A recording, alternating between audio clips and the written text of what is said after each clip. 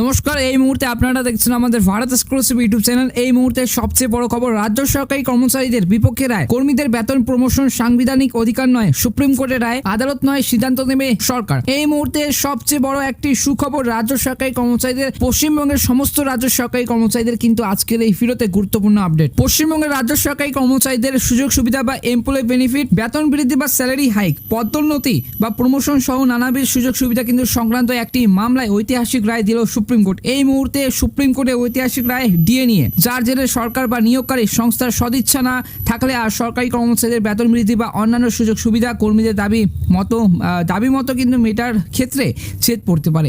সরকারি কর্মচারীদের করা একটি মামলায় ঠিক তেমনই কিন্তু পর্যবেক্ষণ দেশের সর্বোচ্চ আদালত তথা ভারতীয় সুপ্রিম কোর্টের। সেই সুপ্রিমের কি বিষয়ে মামলা, কি সিদ্ধান্ত হলো, তাতে কর্মীদের যে বেতন ও পদোন্নতিতে কি প্রভাব পড়তে পারে জেনে নিন আজকের এই ভিডিওতে। তার আগে বন্ধুরা, আপনারা যদি রাজ্য সরকারি কর্মচারী হয়ে থাকেন আমাদের এই নতুন চ্যানেলে, অবশ্যই কিন্তু আমাদের এই চ্যানেলটিকে সাবস্ক্রাইব করে পাশের বেল আইকনটা অবশ্যই ক্লিক করে রাখবে সমস্ত পশ্চিমবঙ্গের রাজ্য সরকারি কর্মচারীদের ডিএ নিয়ে গুরুত্বপূর্ণ আপডেট পেতে। অবশ্যই কিন্তু আজকের এই ভিডিওটি অবশ্যই প্রথম থেকে শেষ পর্যন্ত দেখবে। সরকারি কর্মচারীদের পদোন্নতি ও বেতন বৃদ্ধি সংক্রান্ত একটি মামলায় কার্যত কর্মীদের কিন্তু বিপক্ষে রায় দিল দেশের সর্বোচ্চ আদালত তথা সুপ্রিম কোর্টে, যা জেরে দেশের সমস্ত সরকারি কর্মচারী বা চাকরিজীবীদের মাথায় হাত পড়তে পারে। উক্ত মামলায় এদিন সুপ্রিম কোর্টের করা পদক্ষেপ কিন্তু এবার পর্যবেক্ষণ সেই কর্মচারীদের বা কর্মকর্তাদের যে পদোন্নতি বিষয়ে কিন্তু এবার ভারতীয় সংবিধানে নির্দিষ্টভাবে কিছু বলা নেই। এই বিষয়ে সংশ্লিষ্ট প্রতিষ্ঠানের আইন প্রণেতা এবং আমলারা এই নিয়ে কিন্তু স্বাধীনভাবে সিদ্ধান্ত নিতে পারে। পদোন্নতি কি সাংবিধানিক অধিকার? সরকারি কর্মচারীদের বা কর্মীদের যে পদোন্নতি সেই কিন্তু সঠিক রূপে হচ্ছে না, বা এর যে সঠিক প্রক্রিয়া কি, এই বিষয় নিয়ে কিন্তু আদালতে মামলা হয় এবং সেই মামলা গড়ায় সুপ্রিম কোর্টে। এদিন দেশের সর্বোচ্চ আদালত জানায় যে সরকারি কর্মচারীদের প্রমোশন বা পদোন্নতির সেই বিষয়ে কিন্তু এবার দেশের সংবিধানে স্পষ্ট করে কিছু বলা নেই, তাই কিন্তু আদালত এই বিষয়ে কিন্তু হস্তক্ষেপ করতে চায় না এবং করবেন না।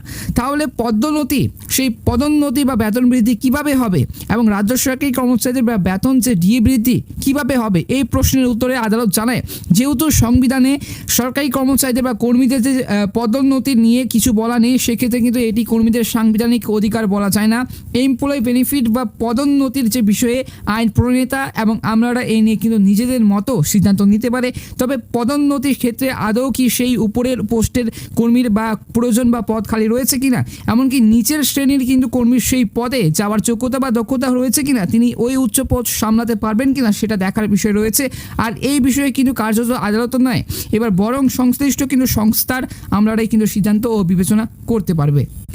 প্রশ্ন হচ্ছে যে কিভাবে পদোন্নতির বাছাই হবে? কোনো সংস্থার কর্মীর কতটা দক্ষ সেটা দেশের বিচার ব্যবস্থা ঠিক করতে পারে না, বা এটা নিয়ে সিদ্ধান্ত নিতে পারে না। প্রতিটি কর্মীর কাজের প্রকৃতি বা দক্ষতা বা যোগ্য ও সেরা প্রার্থী বাছাই করতে পারেন কেবলমাত্র তার কাজের মান ও সেই সংস্থার উচ্চপদস্থ কর্মী বা দায়িত্বে যে মামলা থাকবেন। এই এবং যে শুধু কাজের প্রকৃতিই নয়, যদি শূন্যপদ থাকে তবেই কিন্তু পদোন্নতির সেই প্রয়োজনীয় তার কিন্তু সৃষ্টি হয়। আর এই বিষয়ে সংশ্লিষ্ট দপ্তর বা সংস্থার যে আধিকারিক এই সিদ্ধান্ত নিতে পারেন। এই বিষয়ে আদালত হস্তক্ষেপ করবে না, তবে কোনো প্রকার যে পক্ষপাতিত হলে সেই ব্যাপারে কিন্তু আদালত হস্তক্ষেপ করতে পারে। এবার প্রশ্ন হচ্ছে যে সংবিধানে কি বলা আছে?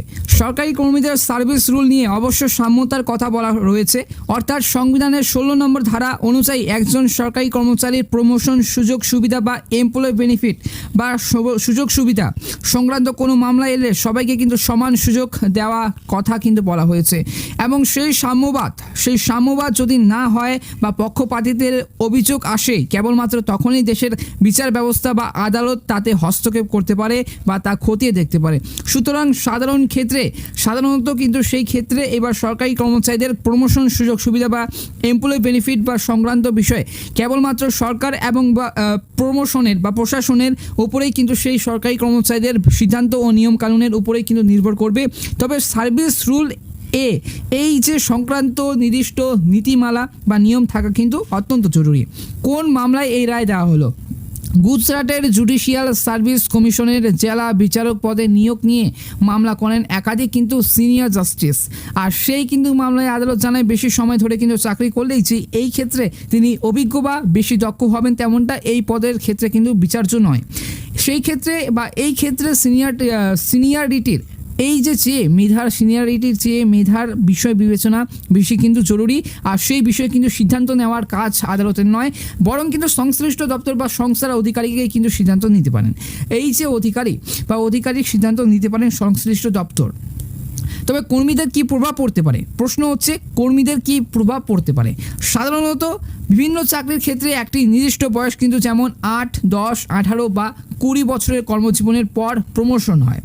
এটি এক এক কিন্তু দপ্তরের এক এক রকম হয়, এটা কিন্তু আপনাদের জানা রয়েছে। সেটা কিন্তু আদালতের এই রায়ে বয়স নয়, বরং কর্মীদের যে কাজের দক্ষতা এবং যদি শূন্যপদ থাকে তবেই প্রমোশন হতে পারে, এবং সেই সিদ্ধান্ত সংশ্লিষ্ট দপ্তর বা সংস্থার অধিকারীকেই কিন্তু ঠিক করতে পারেন। সেই যে তবে এক্ষেত্রে পক্ষপাতিত হওয়ার আশঙ্কা প্রকাশ করছেন কর্মীদের সরকারি কর্মচারীদের একাংশ। এই বিষয়ে আপনাদের কি মতামত অবশ্যই কিন্তু ভিডিওর নিচে কমেন্ট করে অবশ্যই জানাতে ভুলবেন না। ধন্যবাদ।